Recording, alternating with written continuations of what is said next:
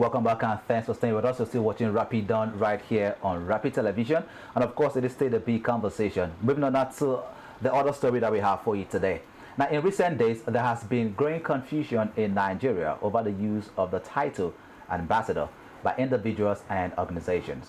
And some people are openly using the title without any official appointment from the federal government, leading to public concern and questions about legitimacy. Now, in response, the Ministry of Foreign Affairs has issued a clear clarification. Speaking in Abuja on April 17, 2026, the ministry's spokesperson, Kimebi Imobotimi Ebianfa, explained that only the President of the Federal Republic of Nigeria has the legal authority to appoint and accredit ambassadors. The ministry also warned that any individual or group using the title without official approval is misleading the public and in some cases may be committing an offense.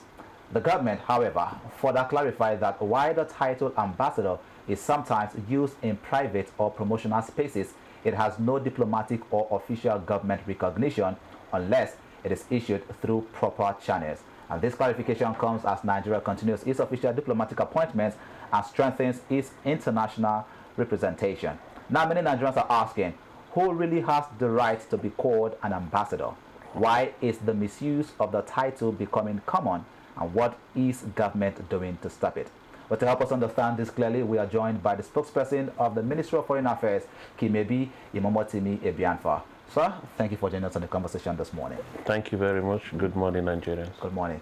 So let's begin from the core, right? As of April 17 precisely, the federal government official, what is the federal government official definition of an ambassador in Nigeria, specifically under diplomatic service? An ambassador, just like the practice in all other diplomatic circles, is the highest representative of a particular country that is representing the president and government of that country in the receiving state. Receiving state means if, for example, Nigeria is sending an ambassador to Japan, Japan is the receiving state. So is the ambassador is the principal envoy of the country, and the ambassador is also the head of the embassy of the sending states, in this case Nigeria, to the receiving state, as the example that I've given the case of Japan. Now, we have had, there are different categories of ambassadors, or different channels how people can be appointed ambassadors. The first is career ambassadors that are appointed from among foreign service officers in the Nigerian diplomatic service. These foreign service officers might be staff of the Ministry of Foreign Affairs, or in some cases they might be staff of the National Intelligence Agency. So apart from these two categories of officers, the next channel through which people can become ambassadors is when Mr. President, in his own wisdom, try to appoint Nigerians that are not foreign service officers as ambassadors, which we call the political ambassadors. So those are the two clear channels through which one can become an ambassador. But also there is a third category, but not different from the two, which we call ambassador in situ. Ambassador in situ are ambassadors that are so appointed, and they are from the Nigerian Foreign Service, especially the Ministry of Foreign Affairs, and also the National Intelligence Agencies that have attained the level of a deputy director. So if you grow in the diplomatic service and you get promoted to the rank of a deputy director, automatically Mr. President will confer ambassadorial title on you, but it comes with the caveat that you are ambassador in situ. That means you are an ambassador but not assigned to a particular country. So that is the clarification as regarding ambassador. But surprisingly, Nigerians, based on who we had that like so many titles, we have seen a lot of ambassadors. In fact, if we take a census of how many persons that are becoming ambassador, it might be shocking that any gathering that you attend, you might have different category of persons, from young men to business leaders to church leaders, or the case with religious leaders, that are going with the title of ambassador.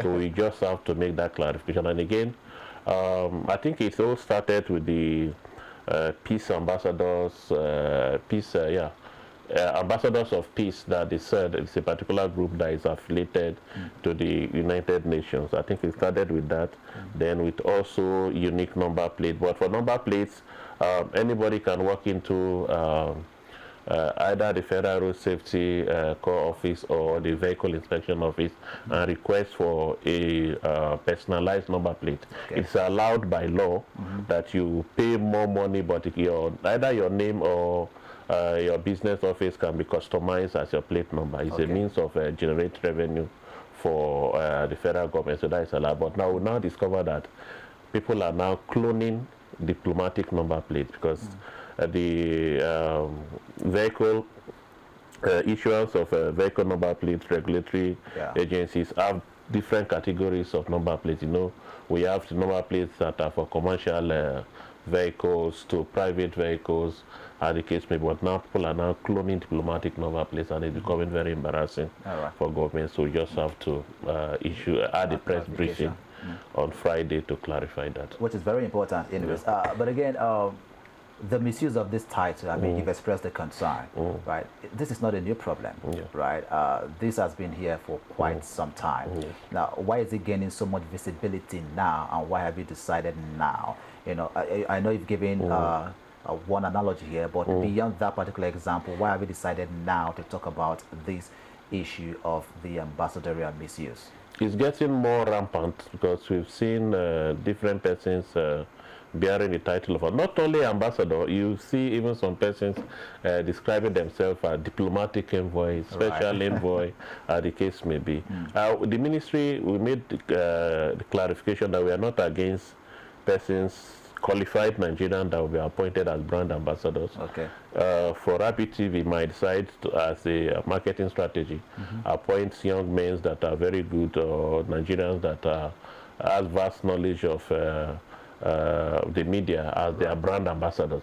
But our concern is that even if you are a brand ambassador, you should not attach that prefix or the title of ambassador to your name, because that is the exclusive reserve for only those that have been so appointed by Mr. President. And again, we also have the cases of people faking diplomatic passports. Now, even in official communications to embassies, some ignorantly in their communication to the Ministry of Foreign Affairs to put that title ambassador. I've had the cost of different times to tell some persons to return their letters and do the needful, that you can't come to our own house and now claiming to be an ambassador, even to our own face, that is not proper. I've had also cases as spokesperson of the ministry, you receive calls from anonymous numbers that will say, I'm part of the new set of ambassadors that have been appointed, and we are told that we have ABC benefits to get from the ministry. So how can I start getting my benefits? I've been told that we'll have immunity. Yes, I will have immunity if I am ambassador. I will have diplomatic passport. So when can I come and pick up my diplomatic passport? So people ignorantly pay money to these unscrupulous elements that are just targeting Nigerians that are not aware about how the process is to rip them off. So for those that are actually illegally using the title ambassador, what exact law applies to these individuals? Impersonation, because they're impersonating a particular office. You are trying to be what you are not. So impersonation, yes. So to be more specific, as well, between 2023 and 2026, how many verified cases has the ministry documented where individuals falsely presented themselves as Nigerian ambassadors, either locally or abroad? Well, of course, they are not real ambassadors. How many of these cases? There are a lot of cases. I can't give the exact data, but I think last year, I think either November or December last year, there was a case in Rwanda. A Nigerian committed a traffic offense in Rwanda, and when the security operatives accosted him, he identified himself as an ambassador. They wrote to the Nigerian High Commission in Kigali, and we discovered that it was fake. And the person was, he was trying to maybe seek protection from the embassy, but we can't condone people that are violators of established rules and regulations.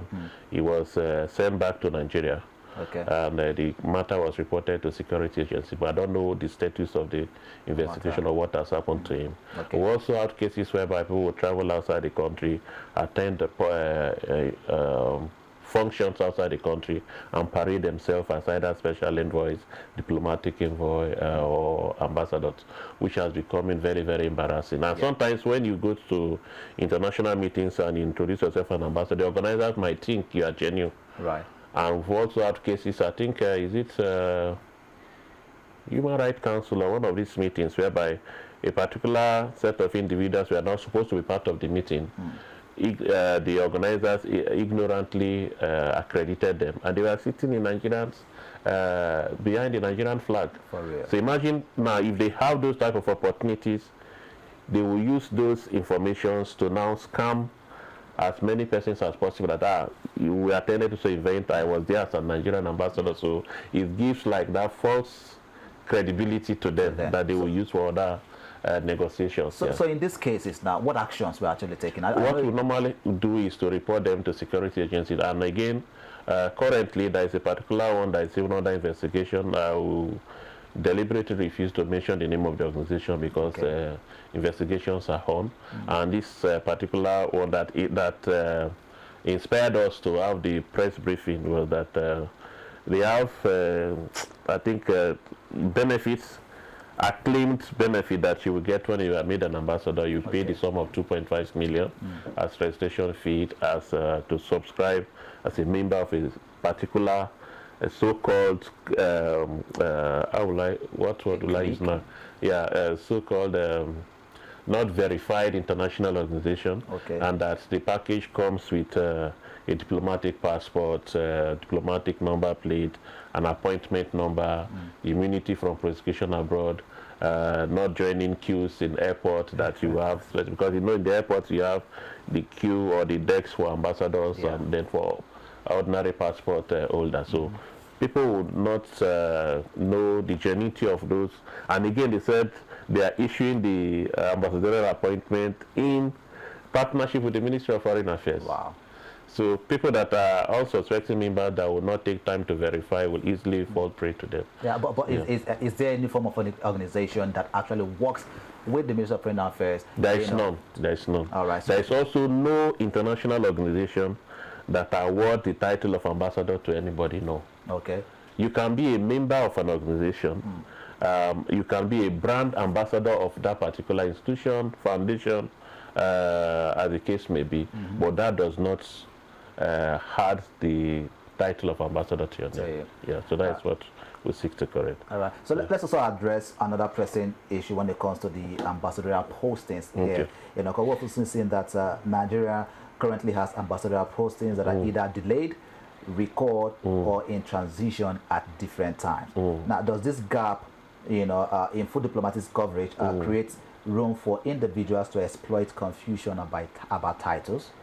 Not really. Not really, because it's two different issues altogether. Fine, we have delay with ambassadorial postings, but that does not mean that our embassies are not functioning. That does not mean that we lack a particular number in the pool of ambassadors, so people that are not qualified should assume that position. No. Okay. Now you've answered this question earlier, but again, just to clarify on this, you know, for the public again, can anyone ever legally hold the title ambassador without presidential appointment and Senate confirmation, even in honorary and private capacity? No. The answer is capital no. No. Okay. It's only the exclusive preserve of Mr. President. It's Mr. President that appoint ambassadors that will represent the country. It's Mr. President that also accredit ambassadors from other countries that will be so recognized when they are serving in Nigeria. That's why we always have, I think there will be presentation of letters of credence very soon by some set of ambassadors that will present their records, their letters to Mr. President. Now, if you are sent by by your country to come to Nigeria as the ambassador of your country to Nigeria, from our own operational mechanism, you before you can't even go to public gatherings to announce yourself as an ambassador until you have presented your letters of credence to Mr. President. Okay. It's only Mr. President have received you that you can now go to the public. But now, because of the busy schedule of Mr. President, as the case may be, I think now we allow them to see ministers, you can meet with governors, but you can't attend any function Mr. President is attending if he has not received letters of credence from you, because the letters of credence is the official authority given to you by your own president to present to the President of Nigeria that you are the principal envoy of your country that will be representing your government in Nigeria. Okay. So in the case where the Nigerian president is not available, who else can actually be in that position? It's only Mr. President that can receive letters of credence. Okay, so no delegation to any other person? No, it's not delegated here. It's only to Mr. President. So because of the busyness of Mr. President, now he allows them to meet top government functionaries, as the case may be, pending when he received the letters officially from them. Okay. In other countries, the country that we have our missions, as the case may be, there are countries that have this tradition of receiving letters of credence maybe twice a year or quarterly. And until you do that, you can't attend any function, because as if fine, you are in the country but not officially accepted to work as an ambassador in that country. So your operations will be confined to your embassy alone and not attending state functions, as the case may be. All right. Now, again, is the ministry considering blacklisting or publicly naming individuals who falsely use diplomatic titles to deter others? Yes. Okay. We intend to have an interministerial meeting. The information about what is going on, the legalities have been communicated to all respective stakeholders, but we'll still have an interministerial meeting on how best to go about it, especially the cloning of diplomatic plate numbers and also the use of fake diplomatic passport. Because if we don't do anything about that, when genuine diplomats present their credentials, it will become questionable in embassies and also foreign countries that Nigerian diplomats travel to. So we really have to do something about that. So how long are Nigerians supposed to wait until you come up with this initiative? I think in the next very few days there will be a plan of action. Okay, a few days, not weeks, not months. No, not weeks. Because it's a serious matter that we need to address. Again, talking about the ambassadorial list now, does Nigeria currently have a central, publicly verifiable register of all accredited diplomats and ambassadors? Yes, we do. Yeah, in the Ministry of Foreign Affairs, there is a department called the Protocol Department. Okay. The Protocol Department is responsible for immunities and privileges that are accrued to foreign envoys that serve in Nigeria. Okay. So they have a list of all, not only the ambassadors, all diplomatic staff in the country. They have a list. We have identification cards for them, and that is also the practice when Nigerian diplomats serve outside the country. Okay. The Ministry of Foreign Affairs gives you a unique identity, gives you you have a unique diplomatic plate number. All the embassy cards are diplomatic plate number, so there are privileges that comes with that. So in Nigeria too, we have that with them too. So you might not know, but if I see a car on the road, I can easily spot this car is from this embassy, just because of the numbers that are assigned to different embassies. So you just know. Now, again, we've mentioned this in passing earlier on. Now we've seen, of course, that the title ambassador is used widely right now. Religion, business, NGOs, various organizations, they use this. And again, we've seen that it has lingered for so long. The question is, why did the government allow these to linger for so long, unto the point that it has now become even blur for individuals to differentiate between who the legal ambassadors are and who organizational ambassadors are up until now? Why that delay in the link? Sometimes if a particular trend is not becoming a serious concern, if a particular development becoming a serious concern or a threat, you might be a bit relaxed. You might be doing your sensitization in-house level, then maybe personally to people that maybe ascribe or try to parade themselves as such. But it's becoming alarming, then definitely government have to do something. So I think fine, we ought to have nipped it in the bud from when we started with the peace ambassadors, or ambassadors of peace, as the case may be. But now it has transcended to an alarming scale that we really have to do something to come. All right. Yes, sir. All right. So finally, from a foreign relations standpoint, you know, how sensitive is it when non-ambassadors or unauthorized individuals present themselves as ambassadors or Nigerian ambassadors abroad? Does it affect trust in Nigeria's official diplomatic communication? Yes, because it's a very sensitive matter. Because if you're an ambassador of a country, okay, if I'm in a public gathering and you introduce yourself as ambassador, the next question I will ask is ambassador to where? Exactly. Because you need to know where you are affiliated to or who you are representing. So if you have, for example, now you have 3-4 Nigerians attending an international event, and all of them are saying they're ambassadors are from a particular group, it brings the credibility of whoever that will be introducing himself as an ambassador, even the genuine ones, to question, because it's how do you, and again, the character of the persons that are bearing this the fake ambassadorial title. Right. So if you, there is a way diplomats behave. There is a way, in fact, ambassadors even take it higher because they are representing the president of their country. So there are places that you are not supposed to be seen. Okay. There are statements you are not supposed to make. There is a way you're supposed to conduct yourself.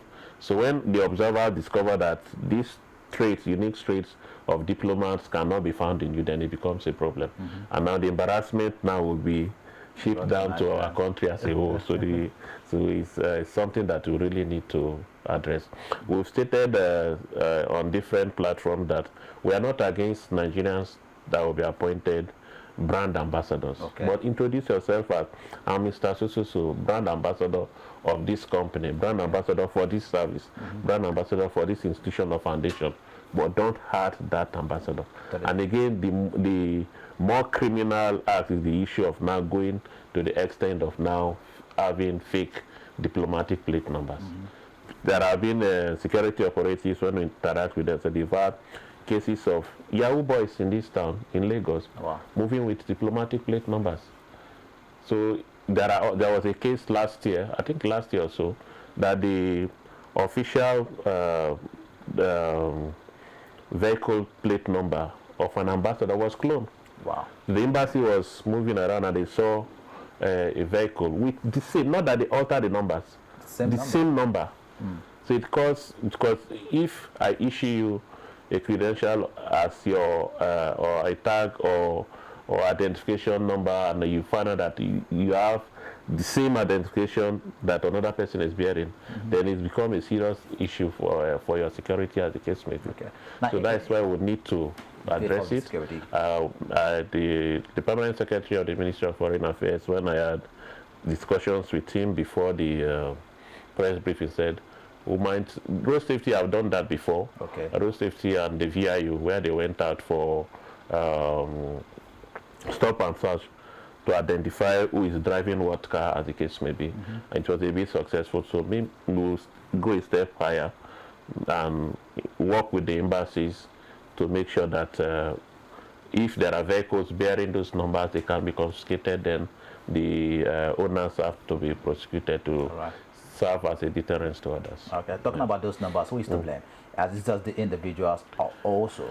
There are two instances. There are instances whereby, as I said, they clone the numbers, and there are instances also whereby maybe some corrupt officials in some of those offices, not knowing the implications, might want to maybe receive gratifications and give them those numbers.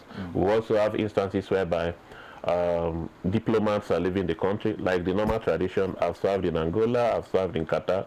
Your vehicle plate number, even your ID card, as you are leaving some countries, as you are leaving the country, you surrender all those your credentials back to them. Okay. For vehicles, you can get your car to Nigeria, but after the custom clearance, or the case may be, you return the plate number back to them. Okay. That is the practice. But we have instances whereby, a few cases whereby diplomats that serve in the country, when they are leaving, and maybe they are selling their cars, those that are buying will want to inherit, or in local parlance, what we say, achieve even the plate number of the car. So there are instances like that that we have uncovered.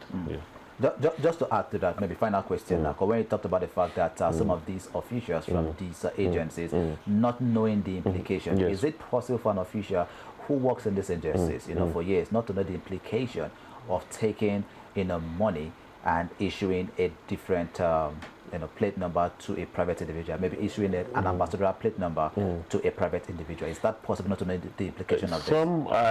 I said not knowing the implication in the sense that the person will be more concerned about what will go into his pocket than the embarrassment that will be causing either his agency or the government in general. Yeah, so the person cannot claim innocence of the legal implications. All right, thank you so much for your time today. I appreciate you. Thank you very much. Well, we've been speaking to the spokesperson of the Ministry of Foreign Affairs, Kimebi Imomotimi Ibienfa, talking about individuals who refer to themselves as ambassadors. And just as we've learned today, it's important to know that if you're an ambassador representing a particular brand, do not add the prefix ambassador to your name. You can introduce yourself and then say you are an ambassador to this particular brand.